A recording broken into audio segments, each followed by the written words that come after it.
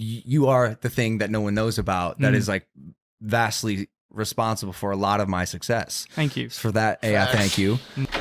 It's a dramatic title. I hold my hands up. This is a very serious topic. And I'm very serious about this. I'm here to support the creators of this economy. Yeah, creator economy. That's what it's called. The ones who knows when to strike. When the moment presents itself. I'm talking about video editors. Oh, and also Logan Paul. But you don't need to worry so much about Logan. I'm sure he'll be fine. How much you got in the bank right now? How liquid? A lot. Let's jump into it. Hayden Hillier-Smith is this top tier editor specializing in longer form YouTube content for a lot of the top creators. This guy's name pops up fucking everywhere. I was editing something for Max Fosh a few months ago, and Max is like, oh, I'm just gonna see what Hayden thinks of the edit. Hayden actually came back with a really good suggestion. So in recent years, Hayden's been creating a lot more educational content around video editing. That's a really, really good brand reminder. And he also started a podcast where him and another YouTube editor interview editors in the industry, talking everything editing. I'm saying edit a lot. He's done a great job at like positioning himself as the sort of godfather of YouTube editing. Shit, his ego right now. Please, my ego can only get so big. But this wasn't always the case. There was a time when Hayden was an underground full-time editor working for another giant creator in the space. Logan Paul looking to shock the world. Logan, the hugely successful, sometimes controversial YouTuber, boxer, businessman, crypto, NFT, whatever the fuck. The entertainer. I don't want to play down his talents in this video. He is a very talented on-screen personality. Very watchable, charismatic, and yeah, that will make Hayden's job 100 times easier. So Hayden edited almost the entire catalog of Logan's videos when he was daily vlogging. 5, 6, 7 billion views. There's 1,000 million in a billion, so that's like 6. That's a lot.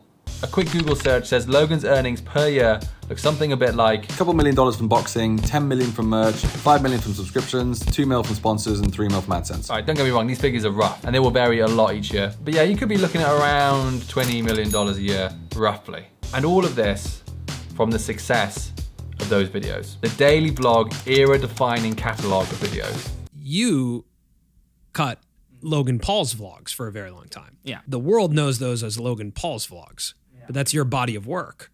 Is this my work or is this Logan's work? Is this my work or is this Logan's work? Is this my work? At what point is someone so impactful to the final product that not having any kind of ownership or like substantial credit in that final product is kind of taking the piss? Hands are up. They're still up. Maybe I'm wrong. Maybe Hayden has part ownership over that whole body of work and has been and still is fairly compensated from it. And I'm not talking about just a couple of percent. I'm talking about a fair contribution in line with what an edit brings to a video. Editing is a huge part of making the story what it is. You can take shit and edit it into a great thing. Like the edit is everything. Editing is the hardest thing. Knowing what to use where and how to pace it properly, that is crafting the story. Evan and I were fucking around for 10 minutes. Yeah. And you showed 15 seconds of it that contributed to the storyline and were the funniest parts. You know, the name says Logan Paul Vlogs, but how much is it really Logan Paul Vlogs when I just send you footage and I go, here. You would film anything and everything and not think about how it's going to be presented and you just say, go. I actually remember a time on YouTube when it was like shameful or embarrassing to say that someone else edits your videos. The thing Wait, do you edit your own videos? Most of the time. Really?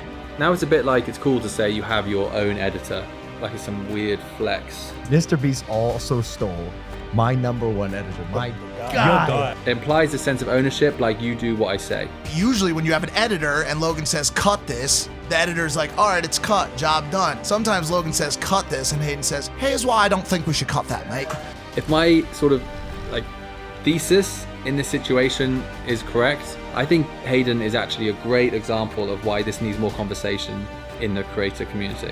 The edit is such a central part to the success of your videos, to building meaningful relationship with your viewers, where they will buy your merch and watch your boxing matches. And I think moving forward, we should try and aim for a place where the editor has some meaningful ownership in the videos they're editing and like a decent credit. I don't know exactly what that looks like, but as an editor, I think it's important to try and further that conversation wherever I can.